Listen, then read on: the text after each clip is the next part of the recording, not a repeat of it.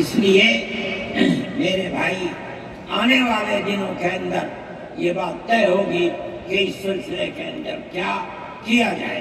ہم اس کو نقض امن سمجھتے ہیں۔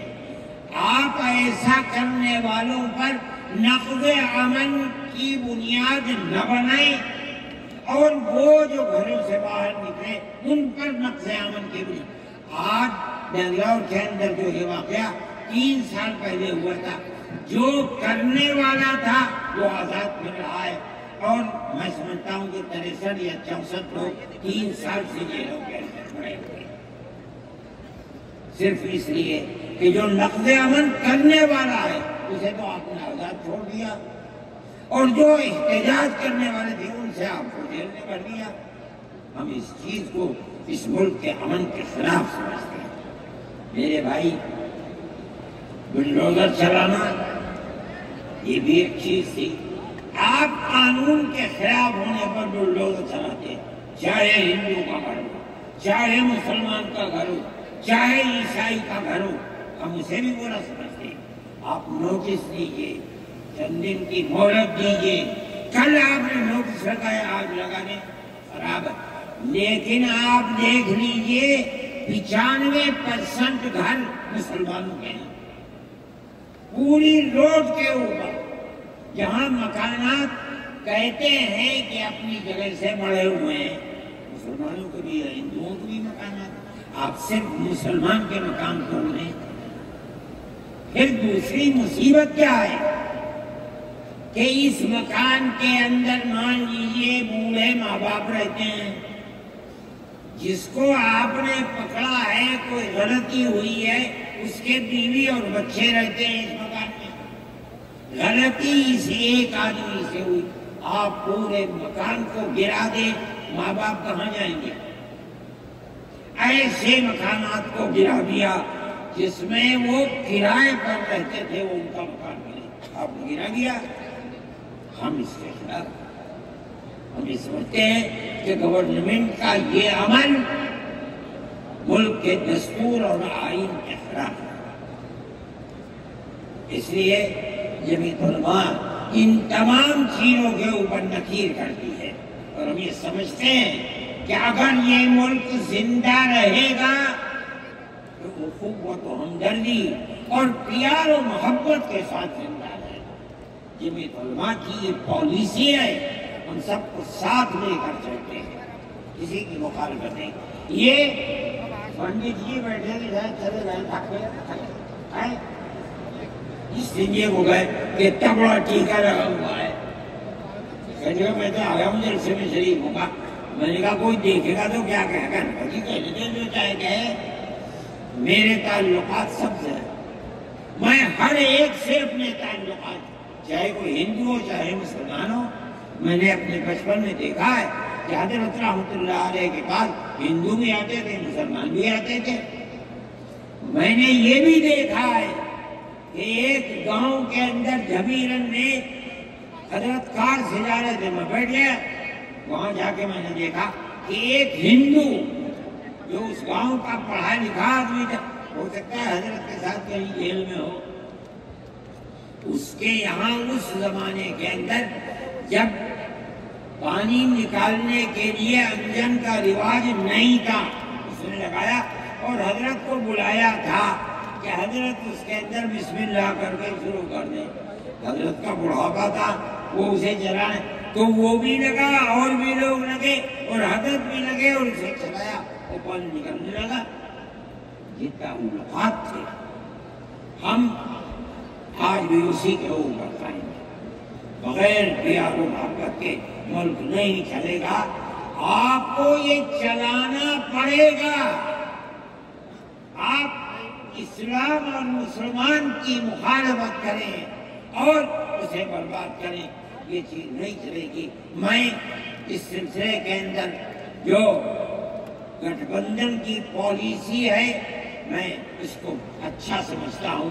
ایک طرف تو یہ کردار ہے گورنمنٹ کا جو آپ کے سامنے پیش کیا جا رہا ہے، دوسری چیز الیکشن کے زمانے کے اندر جو انڈیا گٹھ بندھن نے اپنا مینیفیسٹو شائع کیا، میرے پاس یہ چیز پہنچی کہ راہل گاندھی جی نے یہ کہا ہے کہ ہماری حکومت اگر بنے گی تو ہم ہر اقلیت کو اپنے مذہب کے اوپر چلنے کی آزادی دیں گے۔ میں نے ان کی اس بات کو قدر کے لیے دیکھا اور میں نے یہ اعلان کیا کہ اس اعلان کے بعد مسلمان کو اس گٹھ بندھن کی جس میں رہ کر اس کو آزادی ملتی ہے اپنے مذہب کی، اس کو ووٹ دینا اپنے ملک اپنے دین کی حفاظت کے مرادف ہے۔ اور مجھے بڑی خوشی ہے کہ سارے ہندوستان کے مسلمانوں نے ایک جٹ ہو کر کے گٹھ بندھن کو ووٹ دیا اور گٹھ بندھن اس طرح سے آگے نکلا اور بی جے پی میرے بھائی، یہ جمعیت علماء کی پالیسی ہے اور جمعیت علماء اس پالیسی کے اوپر زندہ ہے۔ مسئلہ فلسطین کا ہے، بڑی عجیب بات ہے۔ فلسطین آزاد ملک ہے، حقیقت یہ ہے۔ آپ یہ دیکھیے، جب دولت عثمانیہ کو دنیا کی بڑی طاقتوں نے مل کر ختم کیا اور خلافت اسلامیہ ترک میں ختم ہو گئی، تو امریکہ، روس، برطانیہ، انہوں نے مل کر ایک یہودی حکومت قائم کی، اسرائیل۔ اس کی ایک حدود اربع تھی، اس کے اندر فلسطین یعنی بیت المقدس نہیں تھا۔ جب بڑا اسرائیل ہو گیا، امریکہ اس کا سرپرست بن گیا۔ اب اسرائیل نے آگے بڑھ کر فلسطین کے اندر اپنے پیر جمائے اور بیت المقدس کو لینا چاہا۔ نتیجہ یہ ہوا کہ جب ہوئی اردن کے اندر اور بیت المقدس پر بھی قبضہ کیا اور اس کے ساتھ ساتھ فلسطینیوں کو غلام بنایا۔ ابھی دل نہیں تھما، تھوڑے دنوں کے بعد پھر آگے بڑھا اور گولان کی وہ پہاڑیاں جو شام کے اندر تھی ان کے اوپر قبضہ کر لیا۔ جس دن پہلا حملہ بولا فلسطینیوں نے، ہمارے ملک کے پرائم منسٹر نے یہ کہا کہ یہ دہشت گرد ہے۔ مجھے بڑا افسوس ہوا کہ یہ تاریخ بھی دنیا کی نہیں جانتے۔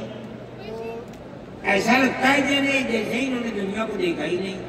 میں نے اعلان دیا، میں نے یہ کہا کہ جو یہ کہتے ہیں کہ یہ دہشت گرد ہیں، اگر یہ دہشت گرد ہیں اور غلامی کی زنجیروں کو توڑنا یہ دہشت گردی ہے، گاندھی جی بھی دہشت گرد تھے، نہرو بھی دہشت گرد تھے، ہمارے اکابر بھی دہشت گرد تھے۔